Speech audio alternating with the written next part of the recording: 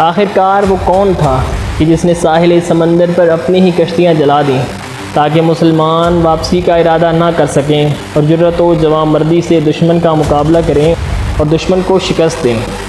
ये कहानी है एक ऐसे हीरो की कि तारीख़ जिसे तारिक बिन ज़ियाद के नाम से जानती है। वो तारिक बिन ज़ियाद कि जिन्होंने राडर्क बादशाह को शिकस्त देकर अंदलस फतह किया और मुसलमानों की हुकूमत कायम की। तारिक बिन ज़ियाद का अज़ीम शान कारनामा ये था कि उन्होंने अंदलस के बादशाह राडर्क को शिकस्त देकर अंदलस में इस्लामी हुकूमत कायम की और फिर 800 साल तक इन इलाकों पर मुसलमानों की हुकूमत रही। इसके बाद दीगर इलाके भी फ़तह कर लिए गए।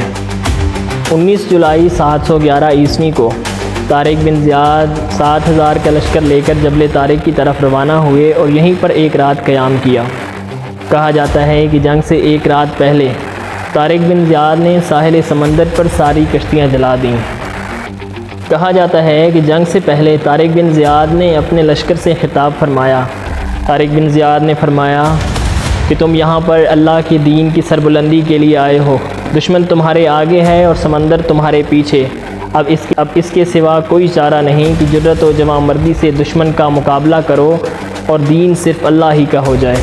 तारिक बिन ज़ियाद के इस अमल के पीछे दूसरी बड़ी वजह ये थी, लिखने वाले लिखते हैं कि तारिक बिन ज़ियाद को रात ख्वाब में रसूलुल्लाह सल्लल्लाहु अलैहि वसल्लम की ज़ियारत नसीब हुई। तारिक बिन ज़ियाद ने ख्वाब में देखा कि रसूलुल्लाह अपने साथियों के साथ दरिया अबूर कर रहे हैं। ये ख्वाब इस बात की बशारत थी कि फ़तह मुसलमानों को नसीब होगी। इस बात ने तारिक बिन ज़ियाद का यकीन और पुख्ता कर दिया, जिसकी वजह से उन्होंने कश्तियाँ जला दी।